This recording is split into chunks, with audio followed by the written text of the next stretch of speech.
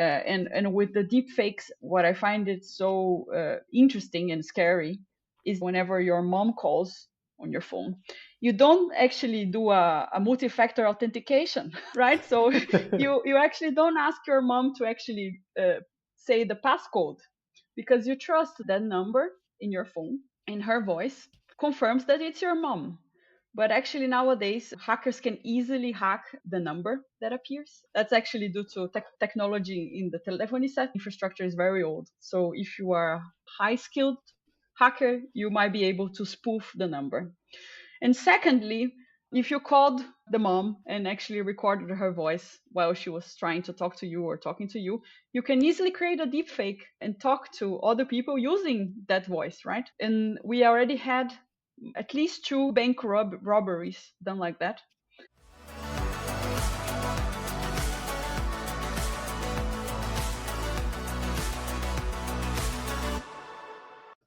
Okay, on today's show, we have a special guest. She has her bachelor and master's in law from the University of São Paulo and 9 years of experience in regulatory and compliance.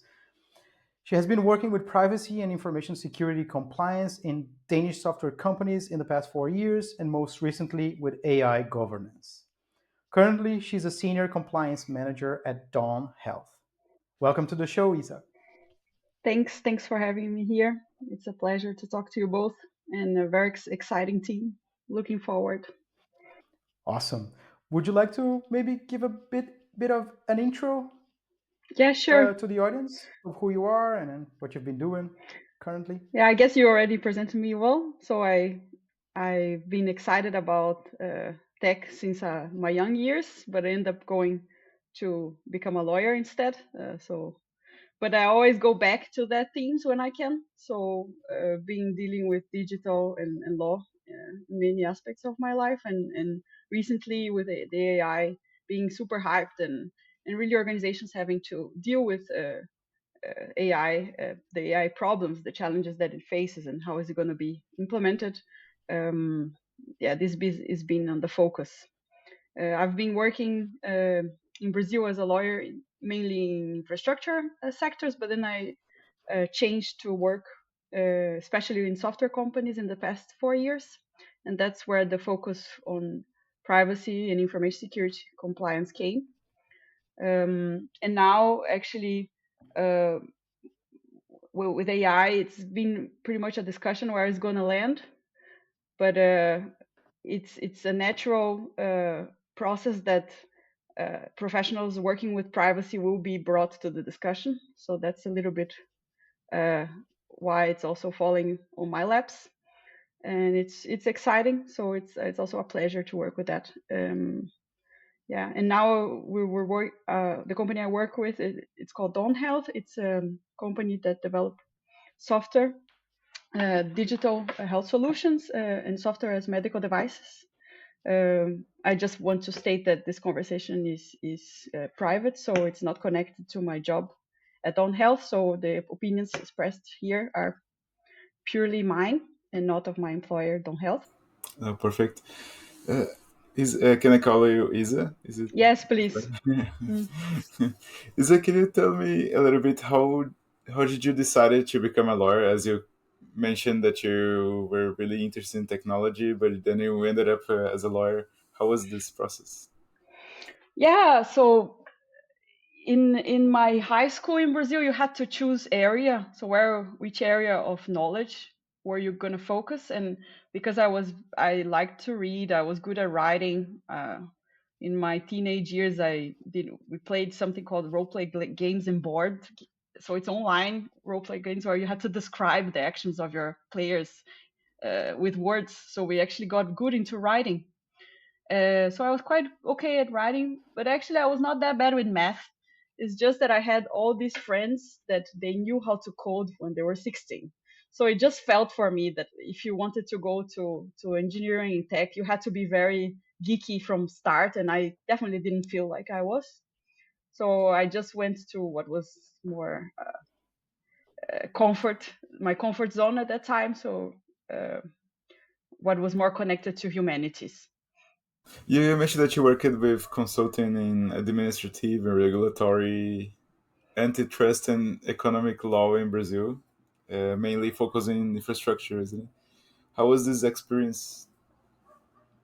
Um, it was well, it's very broad areas. So it's public administrative law. So it's pretty much understanding a whole sector and understanding how the law applies to those. So we had to deal with contracts with public sector. We had to deal with regulatory requirements for sectors. So what it actually equipped me is to be good in contract law, because no matter which sector you work, there is contracts applied to, and also it really helped me to learn, because every time you get a new sector is a whole new set of laws. So there's no university that prepares you for that.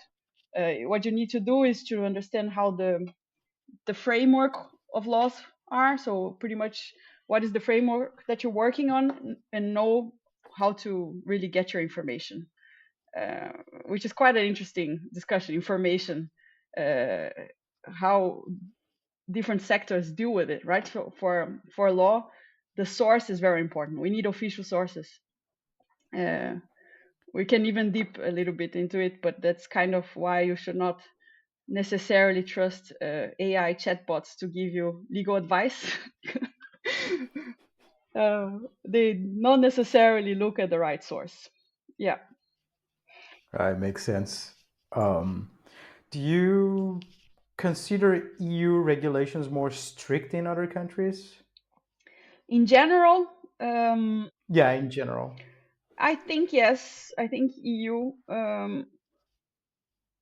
in general, if you compare with the world, yes, has more strict regulations than other places. I guess the main example is privacy, but at the same time, it also reflects a protection of fundamental rights, right? So, what is beneath the the motivation for creating a regulation is really to protect something that the market cannot protect.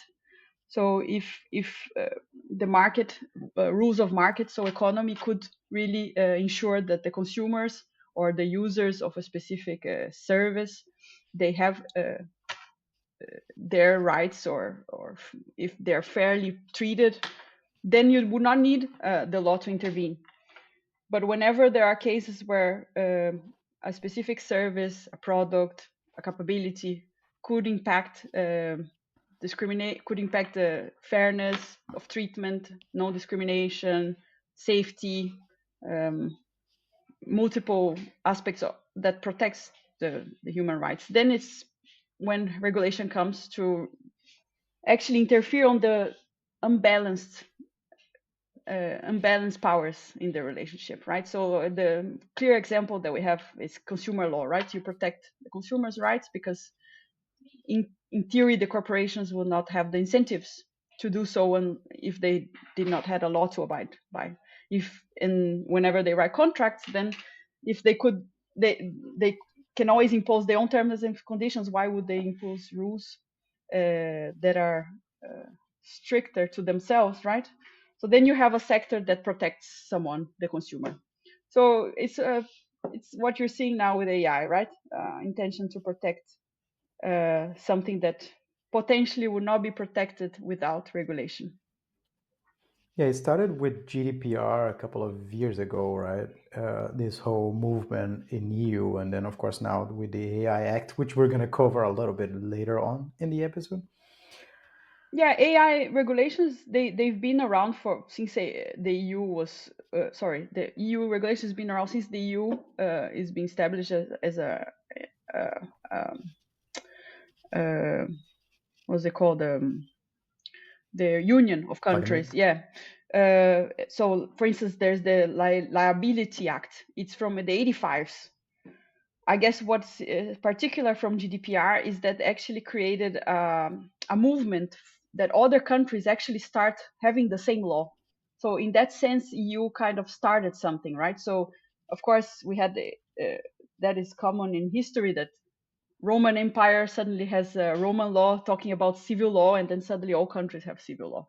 But this movement of a country starting to regulate something and then that being regulated to other places, it's really, really something you can see in the GDPR.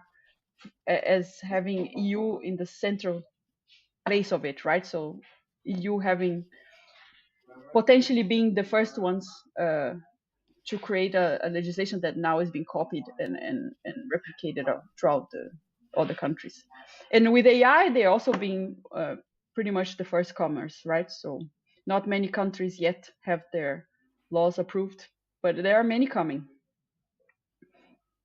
What would you say is your relationship with AI today? And do you use it on a regular basis? And if so, which tools do you use? Yeah, that's an interesting question. Um, I think I'm my as a personally, I am curious about it.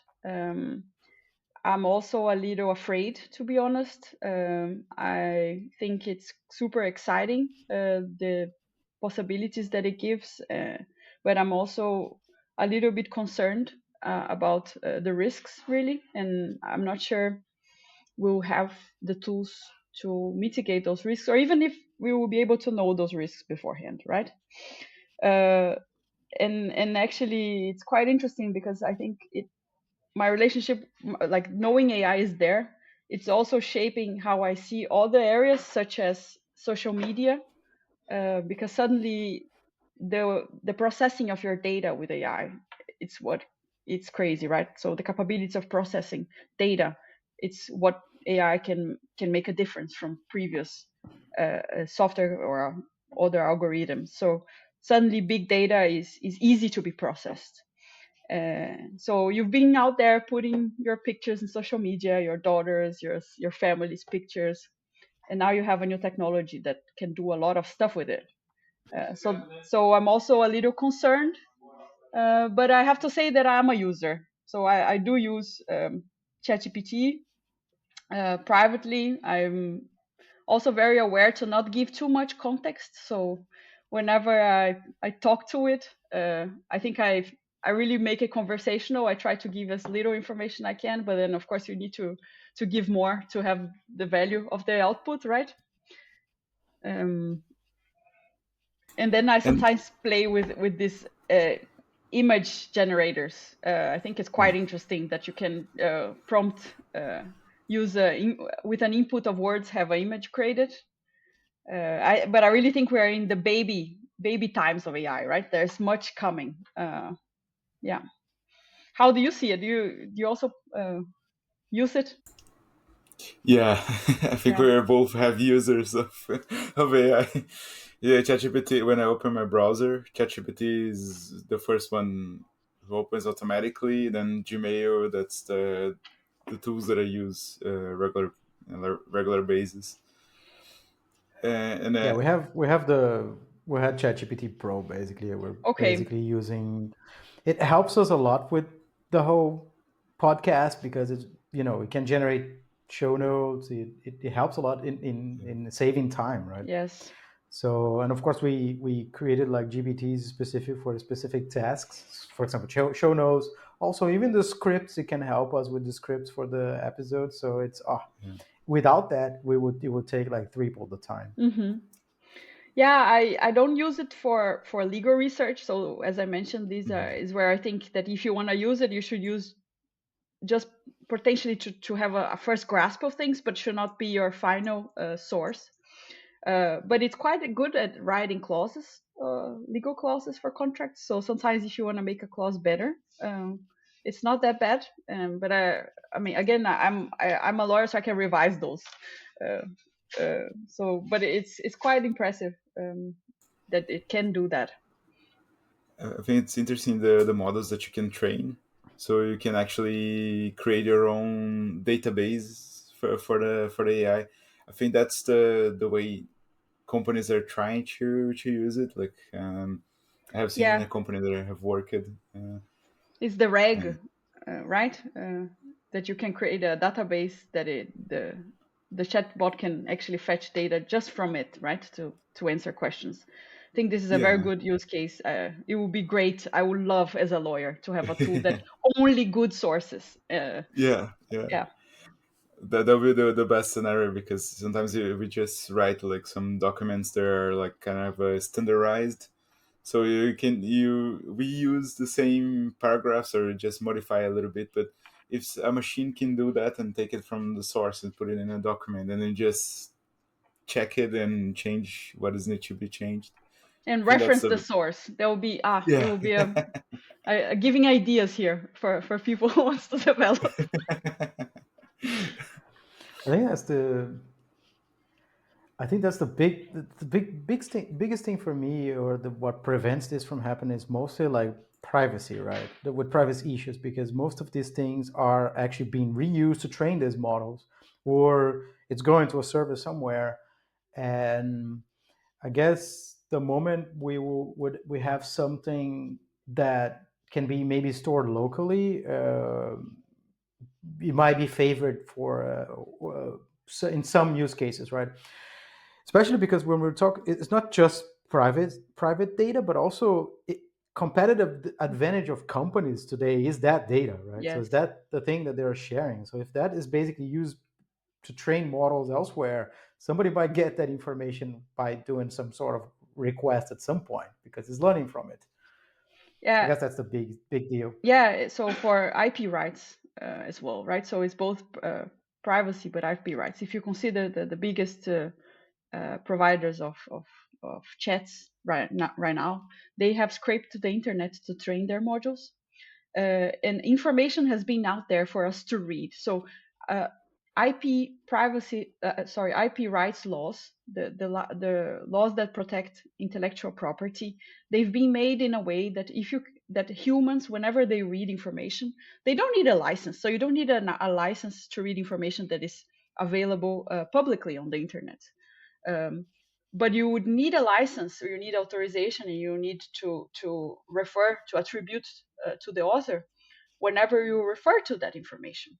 So it's quite interesting because what the AI modules have done, they also have read. It's just that reading here has another consequence, right? So it's not just a person reading; it's a machine that has learned.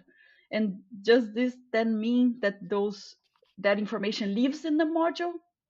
Yes or no? But we have seen modules speeding out personal data, and then speeding out exact quotes of books or content that is copyrighted to someone else. And then there's the whole discussion of the companies that owns the systems, the AI systems. They say this is actually just the best recommendation. It's a probabilistic output, so it's not necessarily the same uh, quoting that it was trained on. But can you really tell the difference? Because nowadays, whenever you go to a copyright law, you actually check, okay, 10% of this is exactly the same as this. Then you copy it. You made a copy. So that's how you. So what is interesting about AI, and that I think it also brings us to understand why there is this whole also crisis in our understanding of law, is because it challenges our assumptions of how the world works, and what builds the that's all what the laws and regulations and our customs are built upon, in expectations of how the world exists. So AI is coming and it's bringing different things in the game, right? So we have not expected a tool that could process huge amount of data. We have not expected a tool that could um, uh, read and then actually be able to replicate with that precision, right? So when I buy a book, I don't need to get a license to just read. I just bought the book, right? uh, but in AI, you're not only reading, you're reading, but you're being able to recite it. So that's what is super interesting. And also by scraping the internet, the system necessarily also processed personal data. So there also comes the question, is it going to speed out personal data? I guess it's a very interesting that it is this is very interesting that most of the laws or regulations that we have today are reflecting how the human brain works, right? So basically, how or at least rely on the flawed human brain and our flawed memory. So we're not going to be able to completely, unless we copy paste something from a book, we're not going to be able to exactly like You get the essence, but you're not going to replicate that exactly. So it's more up to interpretation. But these machines, they are a massive library of perfect citations. So you know, the laws are definitely not adjusted to or adapted to that, right? So I guess that's bring us to the topic of AI and regulation, right? So how do you see, in your opinion, AI versus regulation? Are we ready? Is it, you know, is regulation AI gonna be enough? I mean, it's two complex questions in one, but like, Sure. I think it's important that we try. So I believe we are taking good steps. It's quite interesting to see the evolution. So the concerns about AI are coming from the industry. So the first ethical letters and declarations that AI needed control are coming from the industry, really, from tech companies, from um, automotive companies seeing AI use in automated cars, what's called autonomous cars. So it is a good sign that the industry sees the need for regulation, and the technology evolves super fast, and the law always behind. So it's expected, and that's how it always is, right? So first you need something happening in the world for the regulations to actually see the need for regulating. So we should not expect something differently. And I'm quite optimistic that we are being fast. So if you see, uh, we had the first international documents, international treaties, non-binding treaties in 2021 about AI, and now 3 years later we have massive amount of countries already discussing bills of law, creating their own understanding if they need regulation, yes or no. But for instance, the OECD uh, AI principles, all the countries that are abiding by it, they are really discussing new laws. So it is coming. What I think it might be not enough. It's the scope where the laws are touching upon. So what we are not seeing covered is, and it's very common out of scope, is the use of AI for military uses. So this is not in scope of most of the laws. So actually, the US is discussing a bill for use of AI as a national security, but autonomous weapons is not there. So no one is talking about that, and it's being used, right? We all know that it's already in use. Some of it, some of the technology, and if you actually go back and look at history, like uh, First and Second World War, uh, the developments in technology, they were done heavily on military, right? So yeah, I guess the issue is we are seeing the risk of this tool. We are implementing regulations for the private sector, but the first implementers and the ones who have a massive investments, massive national investments, and who have a lot of freedom to do stuff will be in the scope of military. And we're not seeing a lot of control there. And it's, to be honest, I don't expect that it will come because it's very sensitive topic. So normally it falls within national sovereignty controls. Um, each country is fighting to see who's going to have AI sovereignty as well. So we live in Denmark. Here in Denmark, there was just been a launch of a Gefion computer. I don't know if you've seen, but it's a yeah, computer that is to be processing here. So to ensure that the companies developing AI systems could actually use that technology. So it is also an example of countries fighting for AI sovereignty, right? So and so exactly the everything that touches upon military, it's probably not going to be covered in the laws. What the countries they are committing to are the respect of fundamental rights, but it's very high level, right? We already accept that in case of war, There is I a think there's also, sorry. yeah, no, please. I think there was also, it's also hard. I can imagine that it's hard to regulate something that we don't know. We're basically scratching the surface yet of what this thing can do, right?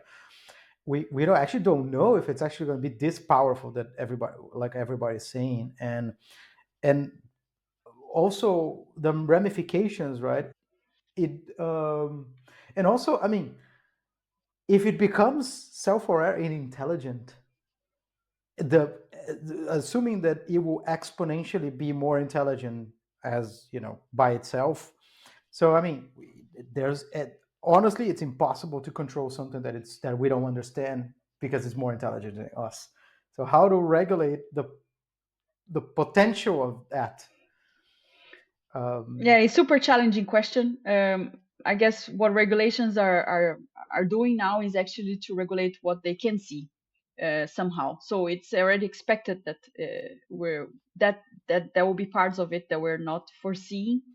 I actually had I participated into an event that the one of the presenters, they actually focus the need for us to have proximate objectives to deal with, because we are dealing with the unknown very soon, right? So potentially we should focus on what we know, so and be able to shift quickly. And that's not necessarily how the regulations work, because it takes a lot of time to approve and etc. But at least uh, I guess the biggest concerns of AI we're not mitigating yet. What I think it's quite interesting, the proposals for instance, what EU AI Act is proposing is actually the control through process, and I think that's a very beneficial one. So you don't know yet all the risks, but you ensure that the process will be able to identify the risks. So you ensure documentation, you ensure stakeholder engagement, you ensure that risks were assessed, you ensure testing, you ensure verification, and you ensure that someone will have to make an impact assessment of fundamental rights. So you can guess it right, but at least you have to ask yourself the question: does this AI poses risks, and what are the mitigation that are being implemented? Um, so in that sense, I believe that that's what we can do now. We can create the processes that will surface the risks. Uh, but again, if it gets there is this understand that the singularity moment, it will just happen, right? So when after it happened, you cannot go back, and science fiction views of it, then yeah. But I guess there's many other risks that can happen before that. Most likely what could happen is that AI will make a decision, and a human will then uh, make that decision enforceable, right? So what we need to ensure as of now, and I really believe that, is the right controls for we can foresee, for what we can foresee. Yeah. And you talked a little bit about the EU AI Act. And what are the key elements, do you think, in an easy way, actually, to how can we understand the EU Act, or how do you perceive that? Yeah, so EU has enacted the EU AI Act to regulate AI in the EU. Um, so it actually applies to multiple types of AI systems, but there is what is important there is a classification of what AI is, because I believe there is still a lot of discussions. And what the AI Act is defining as AI is a technology that perceives by perceiving goals, infers. So there's this word inference that is very important, and I think will be very useful to define what is an algorithm that is not AI, or at least doesn't apply the AI Act. You can discuss if it's AI or not, right? Like decision trees, um, and AI. And then it actually classify risks. So what the EU AI Act is aiming to do is to have different frameworks depending on the risk of AI. So there is a high what they call higher risk AIs, that are mainly the AI systems or AI modules that can pose. So for general purpose AI, it's what can cause systemic risks, and it's still a little, we're not sure yet what general purpose AI means. There is a definition that is it's the AI that is not narrow, so it's not performing a single task but can perform multiple tasks. But we're not sure if that means that ChatGPT is one of them, or Is it similar to an AI agent, right? So basically, that can multitask, or it has a goal, and then it will go and autonomously take some decisions to actually reach that goal. But that's, in my perspective, that's still one layer below AGI, because there's this. That's all you hear about this tech moguls, let's say, talking about AGI, that we're closer to AGI, we're going to reach AGI soon, etc. But what is actually AGI, right?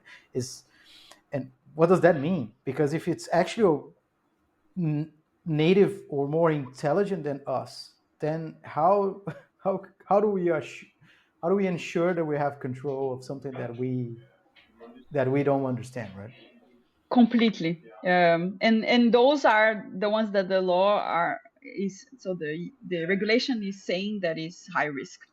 And then together with those, it's every AI system that is actually part of a product that is already regulated due to product safety.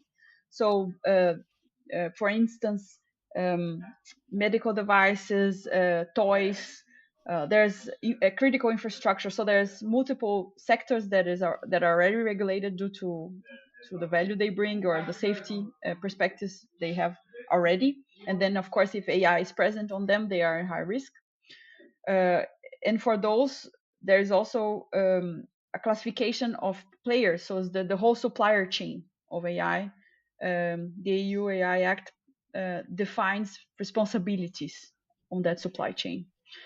But there's also obligations for what they call low risk or certain types of AI, and that's mainly transparency obligations. So it's very important to for any company actually putting into the market a AI system, even if it's low risk, to give the right transparency. Um, and that comes into actually describing how the module was created, how the module was trained, identifying potential limitations. So some where you can see there already an example is in model cards. So existing modules, they have something called module cards. It's their privacy policy for AI. So that's how the transparency obligations are into play. And then finally, there are also the prohibited AI. So it's the AI that cannot exist. So because they actually create discrimination. So discrimination for hiring people, discrimination. So if you use AI to actually do sentiment analysis of biometrics, that's prohibited. And I actually don't remember all the list, but as of now, what is important for companies is really to not fall onto those, right? So to ensure that they're not either using AI for a prohibited purpose or creating systems, AI systems in the prohibited areas. How broad it is this? Because if you think about the algorithms that social media use, they kind of interpret your eye movements, and do you know what I mean? Like, Mm-hmm. and they kind of play with your, yeah, they kind of play with your feelings in a way, because you were scrolling and then you know if it's, is it included, this kind of a technology as a AI, or is it a different type of technology? So the ensuring that your system appears in a fairness way, it's already part of many other laws, right? So Yeah, either it doesn't matter the technology you use, right? AI is a type of technology. What you're doing yeah. is what is actually being regulated. So the EU AI Act actually is limiting the use of the technology to these uses. But of course, if systems are already creating um, features that are unfair, so that you could potentially, and I'm not saying that the ones you mentioned necessarily are the ones, but let's say that a system is already creating functionalities that could potentially mean that some type of unfairness is being created. There's a lot of laws that already would apply there, right? So in the US, you have the Federal Trade FTC. Yeah, what is it called again? No, yeah, it's FTC. Yeah. The They, FTC, yeah, yeah, that's basically suing Google and sue a lot of companies in the US in the last couple of months. yeah. So they protect privacy, they protect security, and they protect consumers. So in general, so Yeah. they already signaled that they're also going to control AI for fairness. So what they control is the competition market, right? So to ensure that there is fairness in the competition market. It's the Federal Trade Commission. That's the name, FTC. Mm. Yeah. So they already signaled that any system, any technology will be under their umbrella, but AI most likely. Mhm. Yeah. And then, but what we have seen like some actually we talked in the podcast like in a previous episode about AI scams, and actually there was a big scam I think that happened in Hong Kong if I'm not right wrong. Uh, how do you see that the law is covering the cyber crimes, and is there any different approach of using like for example deep fakes and this kind of technology? Yeah. So those are one of the prohibited uses. The whole transparency obligation, it's there to actually avoid this. So you cannot use AI in a way that you impair the judgment of a human to understand who they are dealing with. So how is this going to be in practice? Is it's very recommended that systems actually flag when they're dealing with AI, yes or no. And now there's been Google. I know they're developing a way to watermark AI. So this is one of the ways to actually mitigate, to have watermarked, um, or even to state, right? So not to let the users of technology understand that they're dealing with a technology, not with a person, right? They're not talking necessarily with a human whenever they're talking to the technology. And with the deepfake is a little bit of the same. So, but it's super challenging because, of course, those committing crimes, what they do is actually go against the regulation, right? And with the deep fakes, what I find it so interesting and scary is that it actually changes our it needs to change our way to behaving into what we don't trust, right? So I guess the one of examples that for me is clearly is the voice deep fake. So whenever your mom calls on your phone, you don't actually do a multi-factor authentication, right? So you actually don't ask your mom to actually say the passcode, because you trust that that number in your phone, in her voice, confirms that it's your mom. But actually nowadays, hackers can easily hack the number that appears. So that's due to that's actually due to technology in the telephony sector. Telephony infrastructure is very old. It's not that the messaging is not encrypted. So if you are a high skilled hacker, you might be able to spoof the number. And secondly, if you called the mom and actually recorded her voice while she was trying to talk to you or talking to you, you can easily create a deepfake and talk to other people using that voice, right? And we already had at least two, I don't know more, but we had two bank robberies done like that. So Seriously? CEOs have called their banks to make transfers. And the bank so whenever a CEO has a very strong relationship with their bank manager, they make transactions with a call. So not necessarily let's say it's a good customer, right? A lot of money. You don't even need to go through the system, put your pass. You can call your manager and they will make it for you. So in 2 cases, there was money being transferred to accounts illegally due to deepfake voicing. Wow, I didn't know that. That's crazy. Yeah. And then But it also raises the question, like, is my image going to be used in a deepfake in the future, so something can be claimed about me? So we are entering this phase of misinformation, right? That AI, unfortunately, is a tool that can create that. So it can potentialize it, right? Basically, it's the scalability of, use it for bad motives is huge. definitely, but you can also use it for the good, right? So there is also, for instance, AI for cybersecurity, right? It's a very positive use of AI, and is actually to fight that, right? So to fight. It's just that you need both to have the incentives to evolve at the same time, right? The good users have to catch up often. How do you say is a good AI use case for cybersecurity? How AI has been used to actually fight against this, scams, for example? AI tools, they can be used for detection of anomalies and detection of events that are not normal. So normally, let's say you are a company that you have a monitoring setup. You track events, logs, actions of users in the system.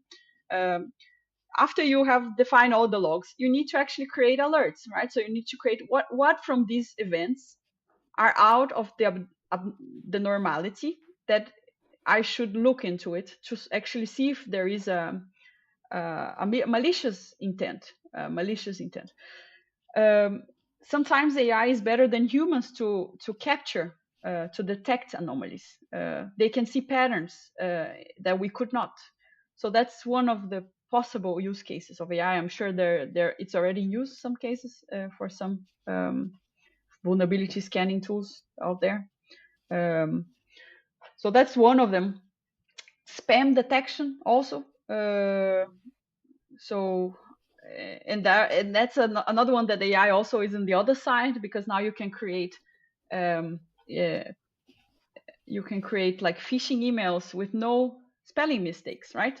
The new phishing, we're entering the phishing email area, where to spot a phishing, in the past we said, oh, look for grammar errors. We don't say that anymore, because AI is very good at writing. They are not going to make grammar errors. They're not going to make spelling mistakes.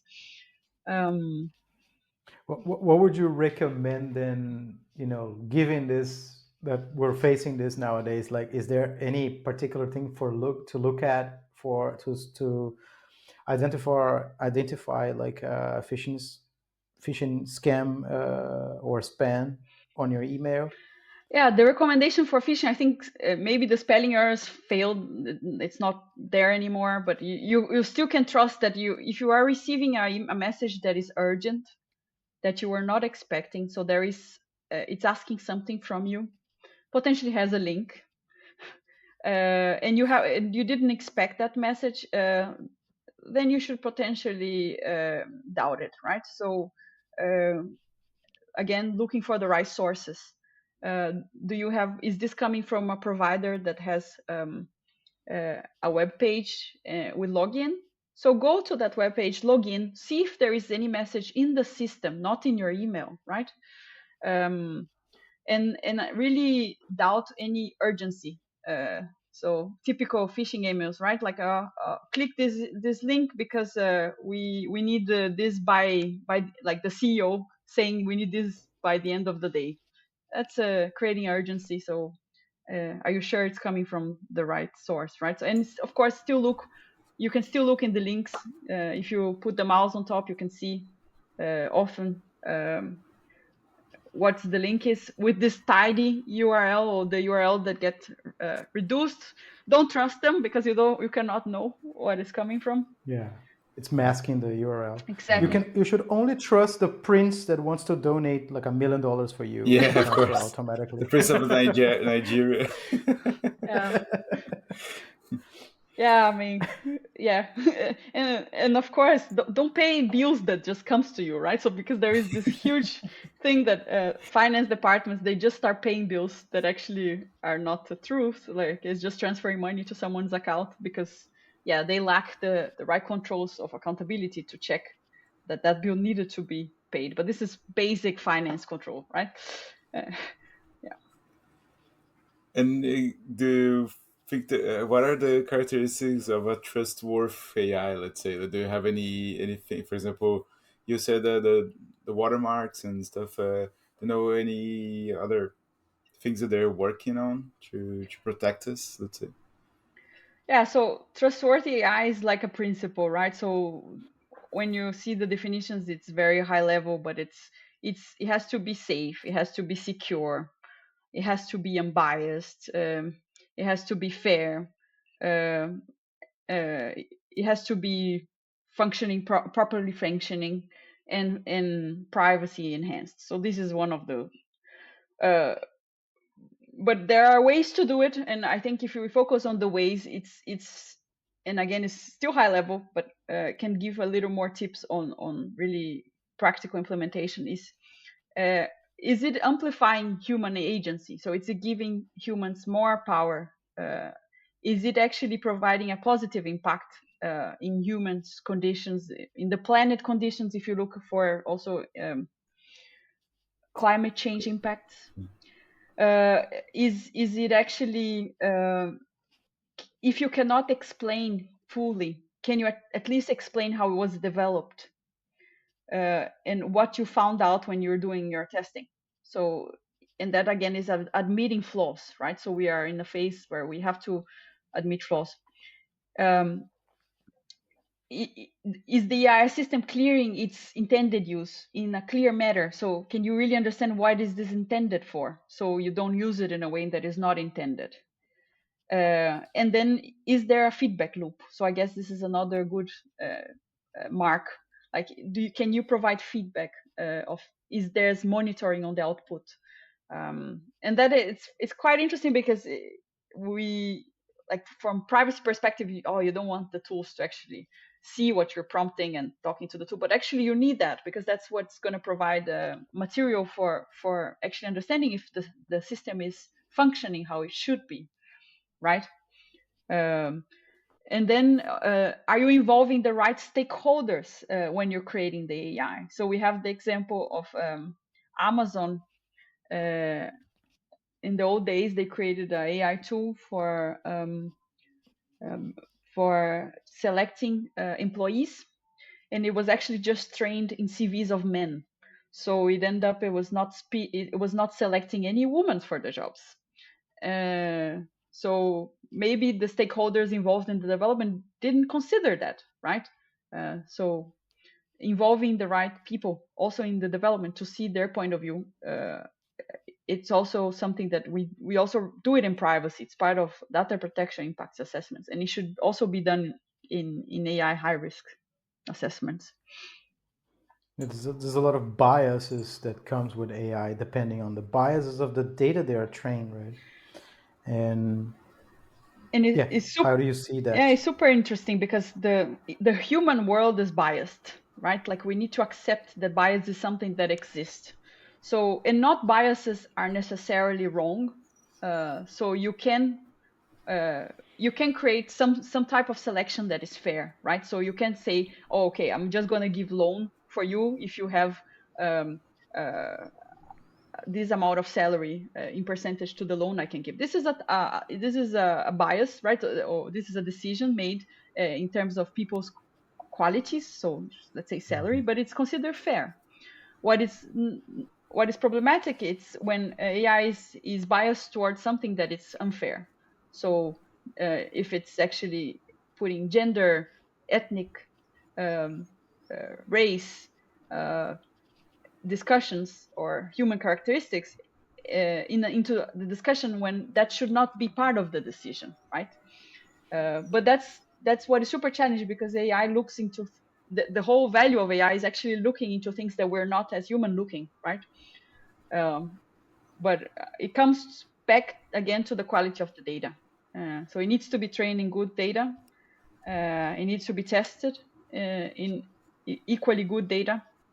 And I really believe in monitoring. I think we're probably not going to make it right at start, but we should at least acknowledge the flaws early and potentially start with low risk, right? Where the risks of being wrong are not so big, and learn with the process. Yeah. Talking about the future of AI, do you think more optimistic or more doomer in regards of AI? It's a hard question, right? I think I'm optimistic just for the sake of not being able to be other. Well, I think if you are a doomer, you go to live in a farm, right? And throw out your computer. And I mean, I would have a hard time. I'm an extremist, so I think if I would be a doomer, I would have to go very extreme there. So I feel like I am optimistic, but I am also skeptical. Again, I think we need to be careful. The risks are real, really, and not necessarily the controls are in place to avoid them. It's hard because even if you are going to the to a property like a rural property, you They're still need super technology. technological. Yeah, they're super technology.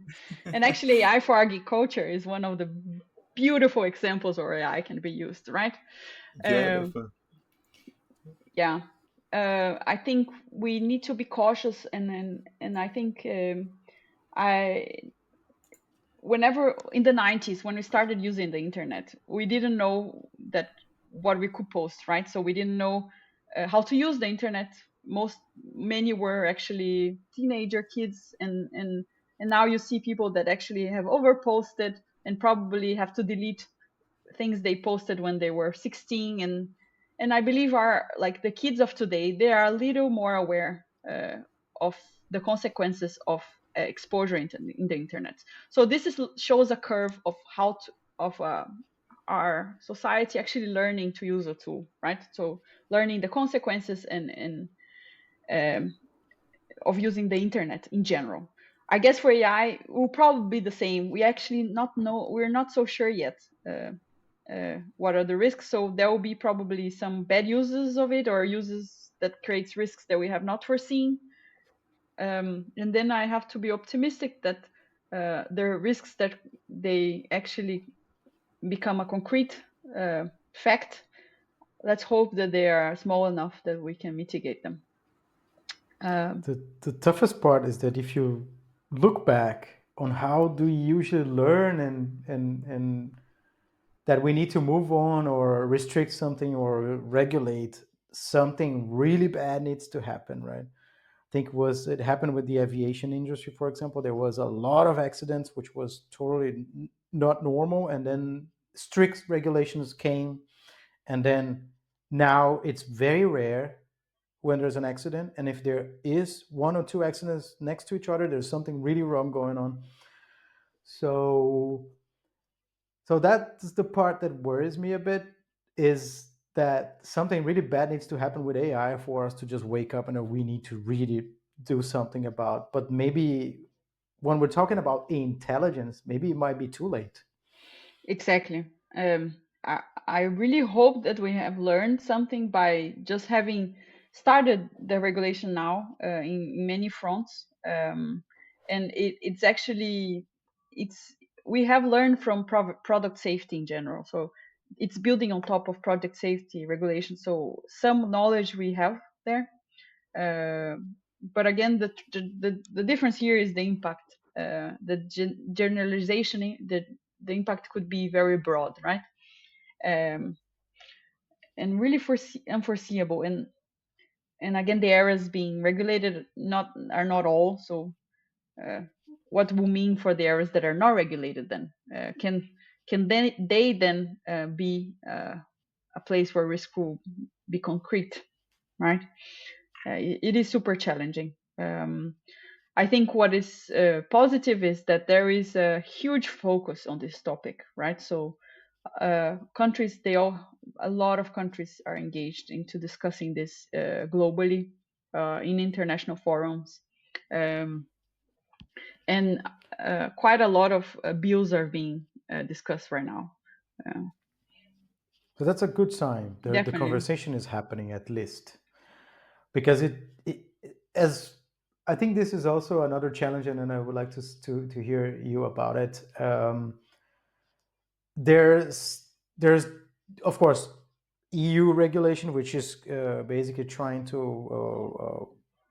standardize a lot of different countries' regulations, right? But then you have multiple countries and their own regulations. And when we talk about AI, it's it can easily go globally. We're not talking just to something that maybe one country will maybe spearhead it, because you can still use some open source models and grow them in different, or train them in different ways. So um, yeah, how do you see that? uh, how to solve that? Is it maybe some sort of United Nations regulatory body that can actually look into this in a global scale, or just countries talking to each other is enough? Yeah, that's a good question, and somehow the fact that this is being discussed in the treaties level, so internationally, there are countries, group of countries grouping themselves to discuss AI, and they are agreeing in non-binding agreements. We had the first binding agreement coming this year with the Council of Europe Framework Convention for AI, and actually, Council of Europe is different than the EU, so other countries can abide by it. So that's it's one of the ways where more countries can agree, and of course it's high level, right? So it depends on each member state implementing what they have agreed. But that's part of binding treaties that they will do that. Um, I guess another thing that can potentially be helping the unification of laws in this is the market, really, the market lobbying for it, because AI systems, they will be sold across the globe, right? So there is an interest that the complexity is standardized. We have already now a uh, uh, ISO, so the International Standardization uh, Framework for AI is published, or AI governance. So this is a way of we're going towards standardization, because if you are to produce a product that can be sold throughout the globe, and this is for the AI produced by companies for users or companies, you need to abide by multiple laws. They will be complex, so they have the incentives to lobby for a unification of regulation, right? We know that not always that happens. For privacy is one of the examples. There is a lot of asymmetries in privacy laws throughout the globe. Um, Liability also, there is two regimes. There is strict liability countries, non-strict liability or fault liability countries. So not necessarily these initiatives will ensure standardization, uh, but they can push towards it, right? Yeah. I think we're running out of time. But it's been great talking to you. I think I only have one more question in regards to maybe more looking into the future, and maybe what do you recommend as well? Because we've been talking about here in this podcast that we are trying to encourage people to use more AI and to learn these tools, right? So, what would be your recommendation in terms of AI, and where do you see the technology evolving in the next couple of years? Yeah. So my recommendation is buy a license. So AI gets not. That's how you ensure that the AI modules will not be trained by your data. Some modules allow you to deny.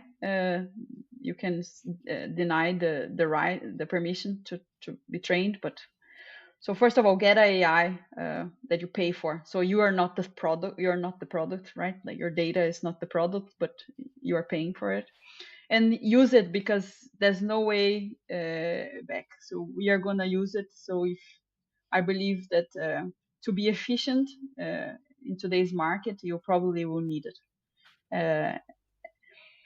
you really need to see what is it good for. And I think in each profession will depend on a test and error a little bit.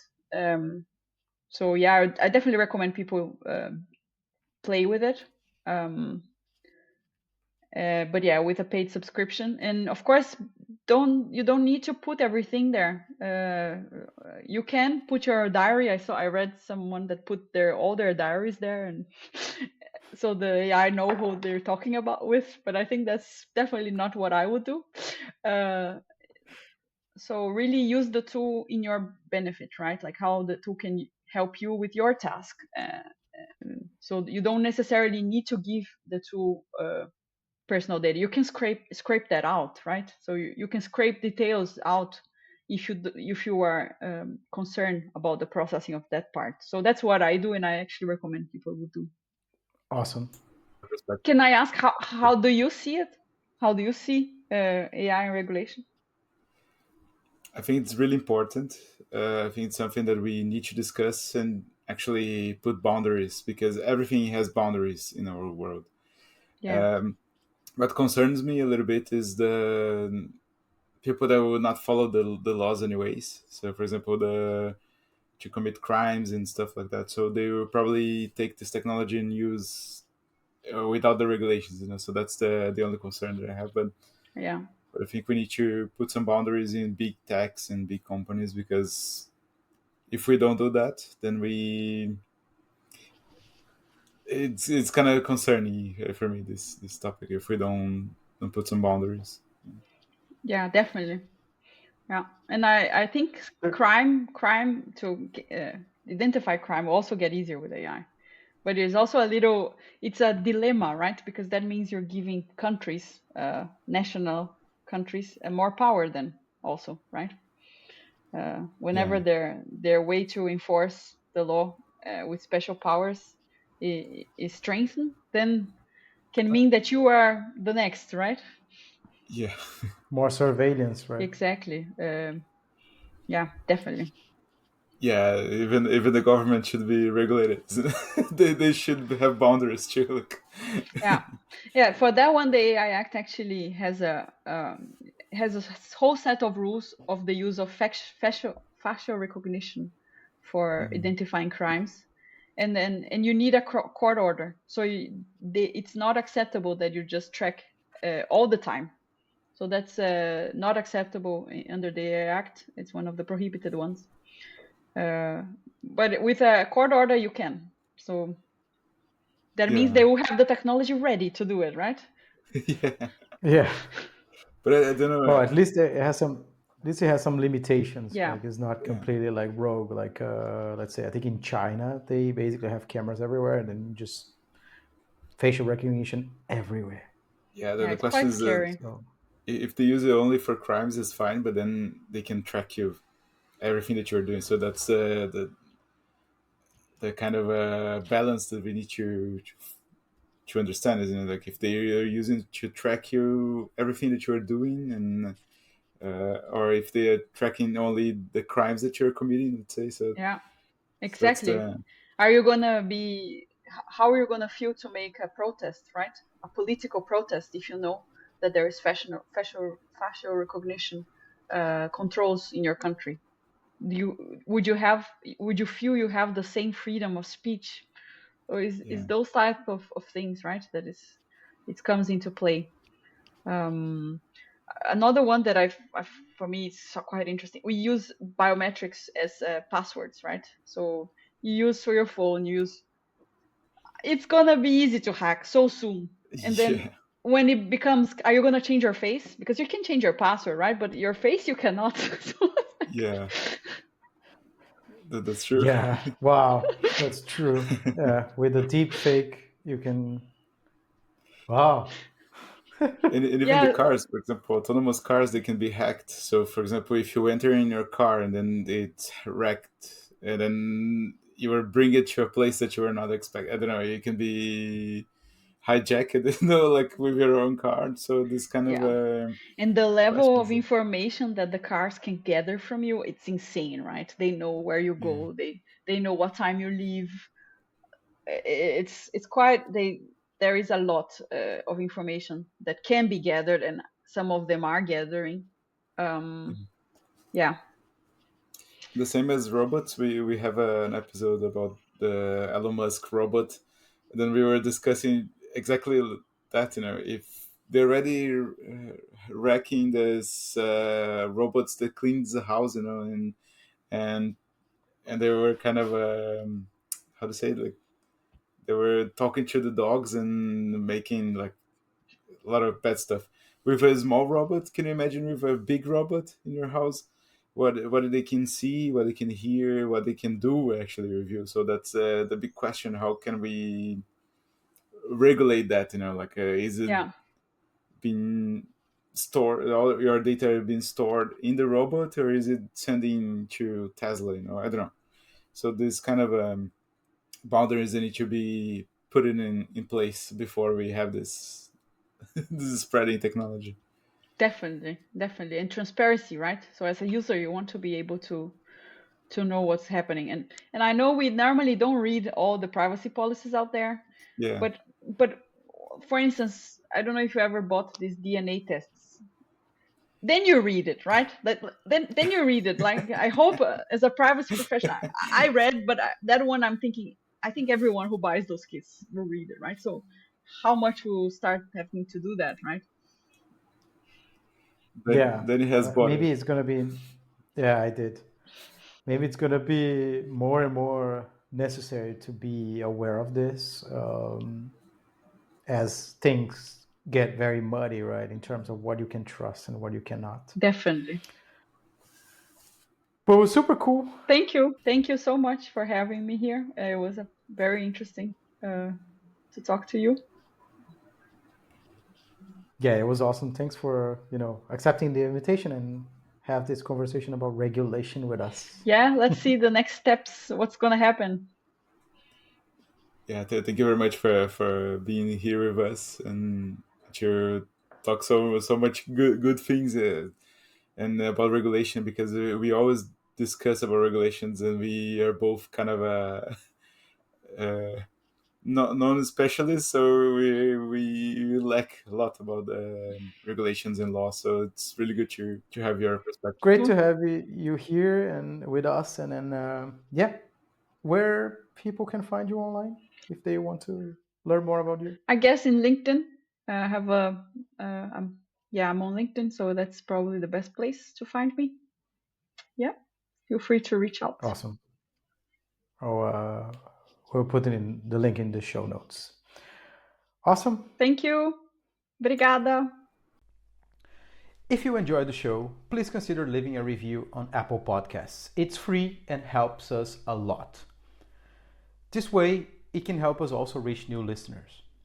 Oh, and if you haven't already, don't forget to subscribe on your favorite podcast platform to stay up to date on our latest episodes. If you have any questions for us, reach out to us at hello@humanaixp.com or connect with us on Instagram. Thanks for listening. See you next week.